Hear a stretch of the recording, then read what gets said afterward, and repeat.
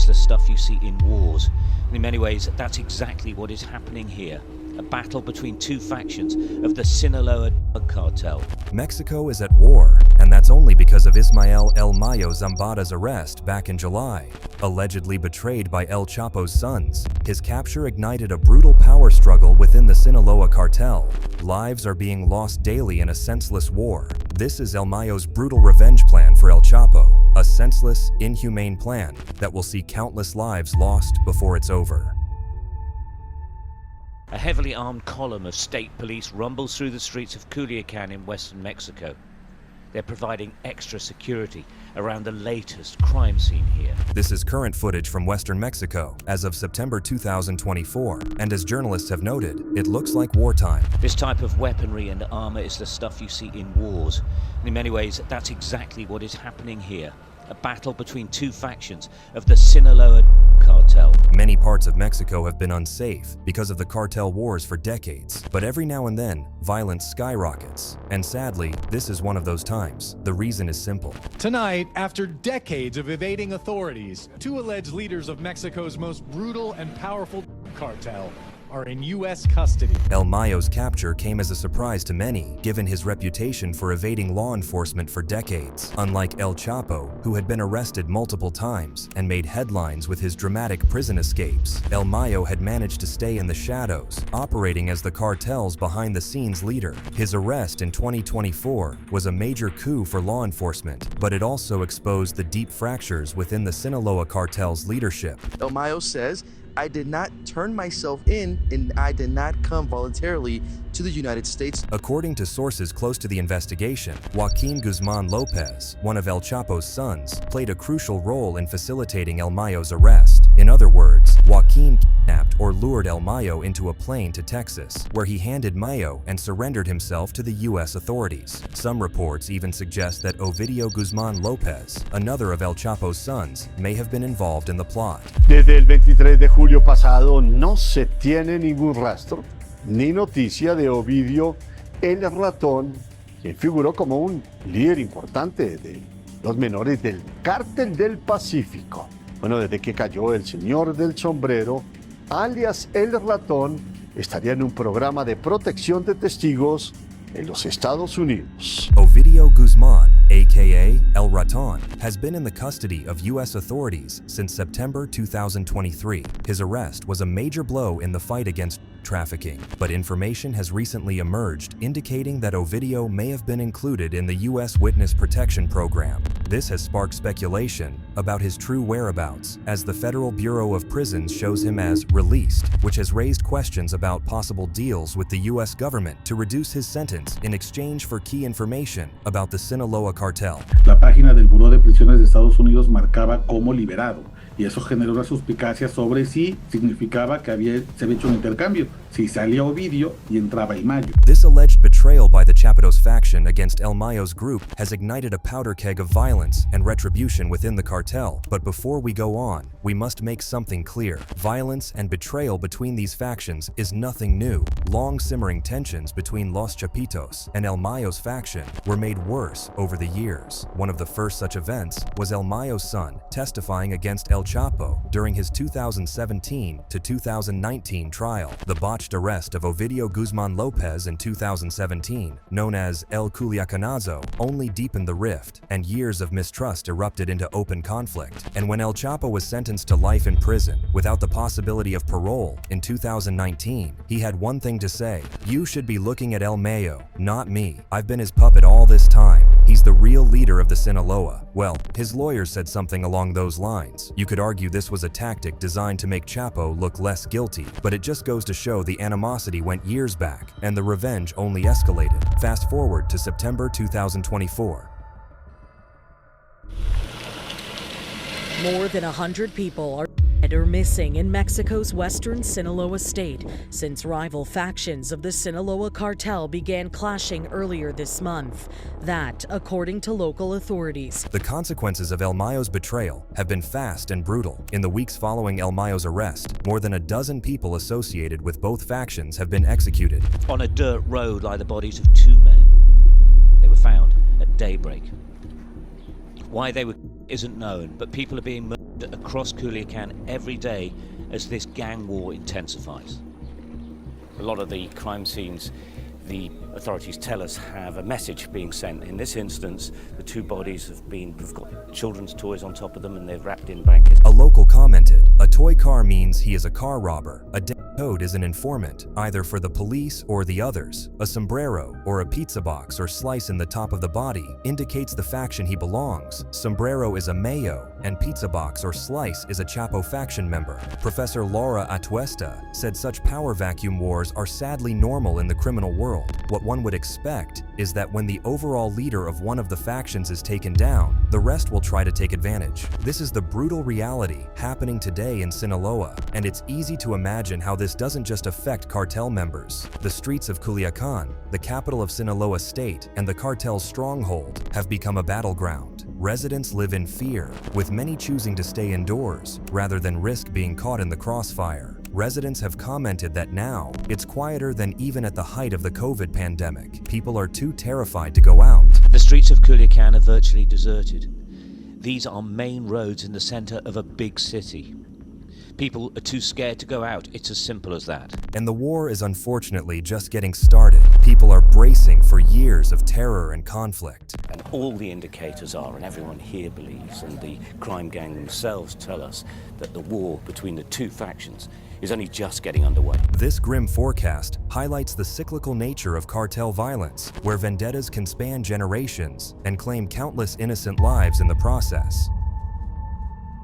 El Mayo now faces the prospect of spending the rest of his life in the United States' most secure prison facility, ADX Florence, in Colorado. This supermax prison, known for housing the country's most dangerous criminals, is where El Chapo is currently serving his life sentence. The conditions at ADX Florence are designed to prevent any possibility of escape or communication with the outside world. Inmates spend 23 hours a day in solitary confinement, with virtually no human contact. On September 13th, 2024, El Mayo appeared in a U.S. court to face trafficking charges. He pleaded not guilty to charges of leading a continuing criminal enterprise and conspiracy to distribute cocaine, methamphetamine, and marijuana. This means a long trial will follow. Prosecutor Francisco Navarro called Ismael Zambada one of the most, if not the most, powerful narcotics kingpins in the world. A United States jail cell is the only thing that will prevent the defendant from committing further crimes and ensure his return to court. In other words, he is guilty of much more than he pleaded not guilty to.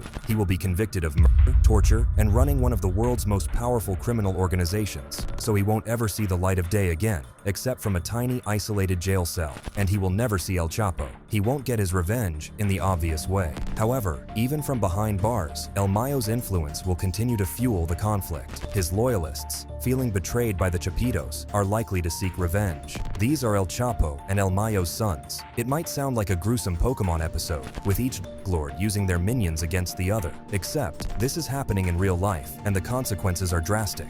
Los Chapitos, particularly Ivan Archivaldo and Jesus Alfredo Guzman, who remain at large, are known for their ambition and impulsiveness. They've adopted a high-profile approach, some of them even flaunting their wealth on social media. They are also monsters, simply put. 4 of El Chapo's sons, known as the Chapitos, are thought to have taken up cartel operations after their father's arrest. They often torture and kill their victims.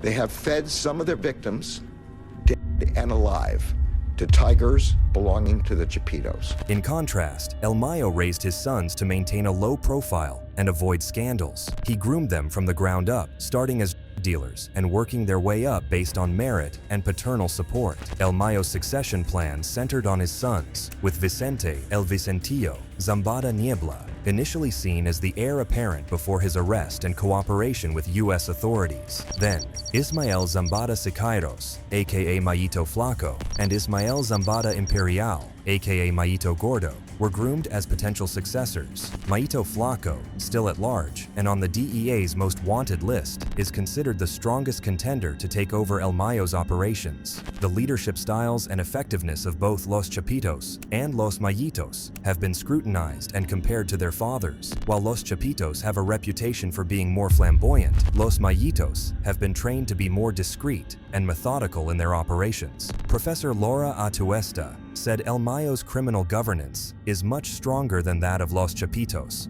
Durango is a striking example, where they have a state of peace and obedience that, as I understand it, is attributed to Zambada. So, El Mayo has an army of thoroughly groomed sons and militarized sicarios who knew how to proceed in the case of his arrest. This is his grand revenge against El Chapo, one that was simmering for years, if not decades. Now, experts are commenting that this internal war, not the authorities or another cartel, is what will bring the Sinaloa Cartel down, but in the meantime, it will cause an unspeakable level of damage, destroying millions of lives for nothing.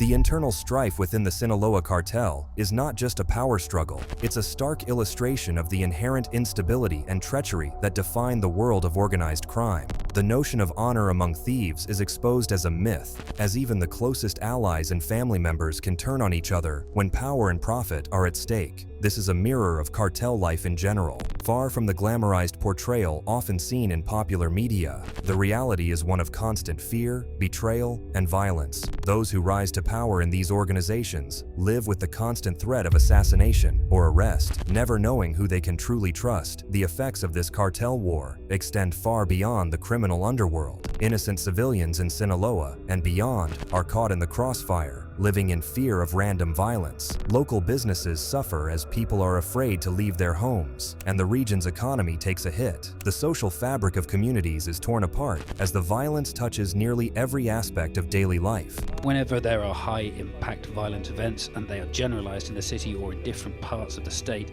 it's very possible there will be social and economic impacts. Because businesses close, people can't go out. On top of that, the fate of El Chapo and El Mayo serves as a stark reminder that crime does not pay in the long run. Despite their shocking levels of wealth and influence, Chapo will not rot in total isolation, and Mayo is awaiting the same fate. Their legacies are not ones of respect or admiration, but of pain, suffering, and wasted potential, and their dark legacies continue as their men fight each other in an endless cycle of revenge. Today, the state of Sinaloa is a 24/7 war zone where Mayitos fight Chapitos, and military soldiers try to fight both of them, losing dozens in the process. One of the two has to prevail. They are attracting large numbers. The government is sending soldiers. This is just the beginning. It's going to be long. We don't know how long. 1 year, 2 years, 3 years, maybe. It will go on for a long time. The violence is not even limited to Sinaloa anymore, as the cartel's operations span multiple states in Mexico and extend internationally. The ripple effects of this power struggle could be felt far beyond the immediate area of conflict. It's just getting started. One of the parties has to die for it to end.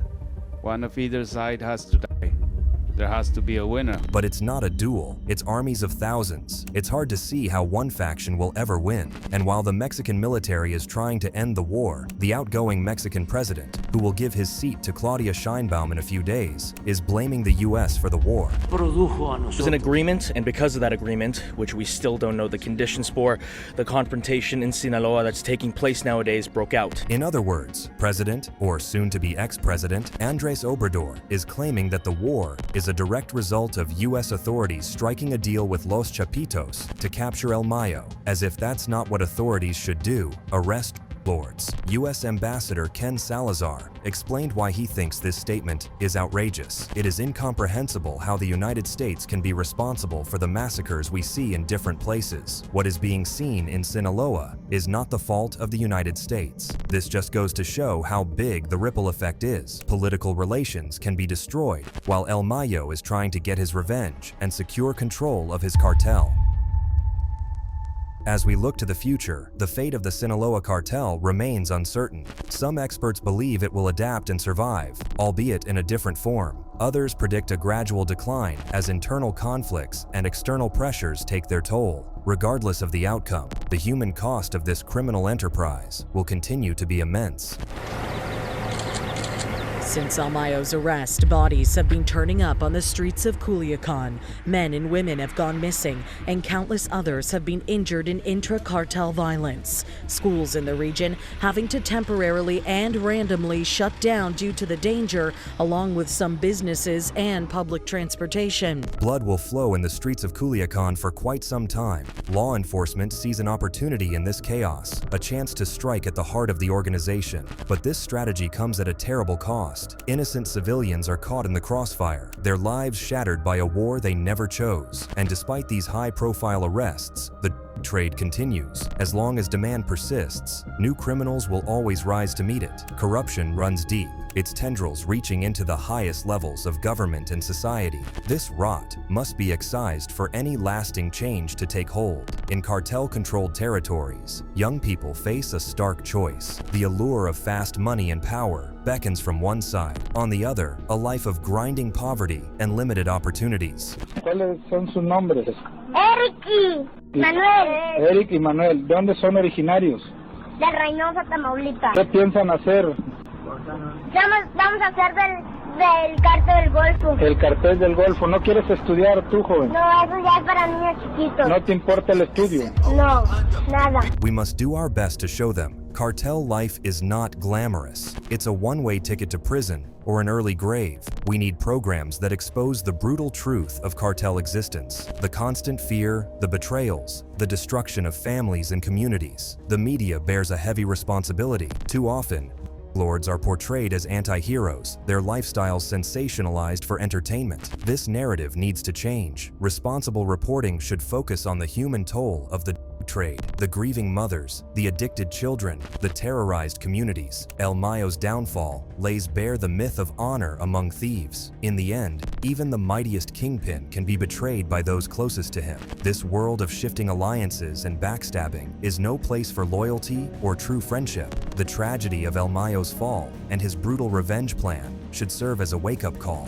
It exposes the hollow core of cartel mythology, the false promises of wealth and power that lure in the desperate and the disillusioned. We must work tirelessly to create a world where such empty promises hold no sway, where young people can envision a future built on hope rather than fear, on community rather than violence. Hey, thanks for tuning in. Let me know your thoughts on ending cartel violence. And before you leave, make sure you like and subscribe. See you soon. Stay safe.